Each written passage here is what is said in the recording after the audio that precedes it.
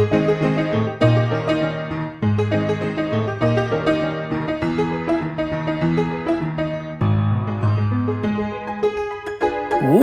to Record-ology! Hey everybody, welcome back to Record-ology. So glad you're there. Alright, this is going to be fun. So thanks to one of you, we have some really cool records to look at over the next few weeks, mixed in with some of the stuff that I've dug up and my wife has found, and we've got quite a few very interesting records, but I wanted to speed some of these viewer donations to the top of the list because they're exciting, and I just want to say thank you so very much. The amount of records that you guys have given us over the last, well, since the beginning of the channel, but especially over the last few weeks has been phenomenal, and I'm very, very grateful. So thank you guys so much. Today we're going to look at this set of records, Snow White and the Seven Dwarfs. I could not believe my eyes when I saw these. I didn't know that they existed. Not that that means a lot. There's a lot that I don't know exists. It keeps life interesting. But not only that, these are special to me, especially because they are HMV records, His Master's Voice, which would be the UK variant of RCA Victor. In fact, you can see at the bottom, record manufactured by the Gramophone Company Limited, Hayes, Middlesex, England. That is so, so cool. And for those of us in the United States, anything in England or Europe, as we like to say, is exotic and far away. I'm just kidding. Kind of. Actually, it's been a goal of mine to go to the UK for some time. I've got friends there, and I love the culture. I love everything that I've read and learned about it, and I can't wait to visit someday. That is on the bucket list. There's not a lot of places in the world that I want to visit in person, but that is one of them. So someday I will be there. My wife and I are really looking forward to that someday, and visiting in person with some dear friends of ours. Here's another record. This actually was a 3-record set. I think this might be the complete set. In the thumbnail, if I choose to use it, you will have seen the label for the domestic United States version, which was on RCA Victor. But this is the HMV version. And instead of a boring, regular black Victor label like those had, this has this amazing full-color painted label. Just look at all of that. Is that not just awesome? From the actual sound film. These are from 1938, and the film came out in 37, and these records came out in 38 as sort of a soundtrack set. Let's go ahead and clean up this record a bit. We're going to be using the Audiotronics 304A. I want to do a couple of interesting things here. I hope they're interesting for you. They're interesting for me. See how it shudders? It's almost like if I put even a little bit of weight on the edge, it kind of shudders a little bit. So I could probably fix that by putting a weight on top, but we'll try to avoid that. But what I wanted to do is I've got the flip stylus on here that has the LP stylus and the 78 stylus. So I wanted to demonstrate to you guys what it sounds like to play a microgroove stylus on a 78 and versus, a 78 stylus. And you can hear how rich and full a 78 stylus is because it's filling the groove. So let's do that first. So I'm going to flip it back over to LP mode. These are great because when you pull them out, you're replacing the stylus and the cartridge all at once. So here is the LP microgroove cartridge stylus. A lot of background noise.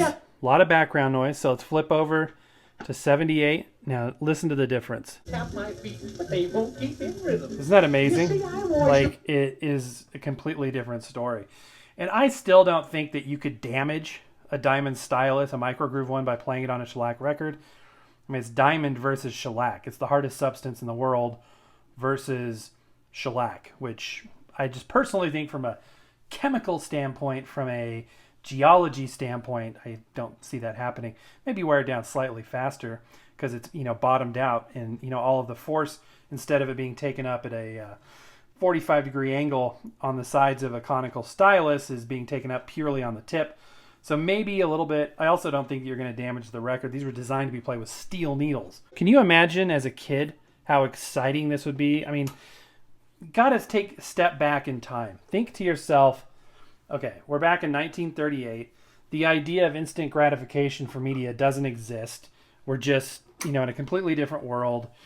The idea of being able to take home the sounds and music from the cartoon that you saw, which was, the first feature-length cartoon of all time too. That must have been something else. Really, really cool. And interesting too that Walt Disney, whoever produced this, I don't know if if Victor produced this, or and they licensed the content, or if it was the other way around, where the Walt Disney Company went out and pursued this. But whoever had the forethought to think this is something that people will want, even though it sort of breaks with convention, the idea of people wanting a soundtrack. It's a pretty novel idea. Yes, was he strong and handsome? Was he big and tall? There's nobody like him anywhere at all. Did he say love? The fidelity is amazing, you guys. Just amazing. Just think of how old this is, you guys. This is the better part of a century ago. And what a time machine, in addition to being, just amazing. This one looks like it's got a little bit of a printing error. There's a little bit of, I forget what that's called when you have that effect. The professional photographers in the group will know for sure what I'm talking about. Sort of this halo effect. Let's go ahead and try another record as well. I'm trying to move quickly without destroying records. I'm too clumsy to move too fast with these, so these treasures, I really don't want to take a risk. So here is another from the set. Again, thank you for sending this. Just so incredibly kind. What a treasure. How exciting is this? This is just super fun. This is fun. Okay, let's drop the needle a couple more times here. I think people, when they hear a proper 78 stylus being utilized, would be surprised how much bass you can get out of a shellac record. I think the perception with some, I certainly myself included at first, was, it's going to sound tinny, it's going to sound thin.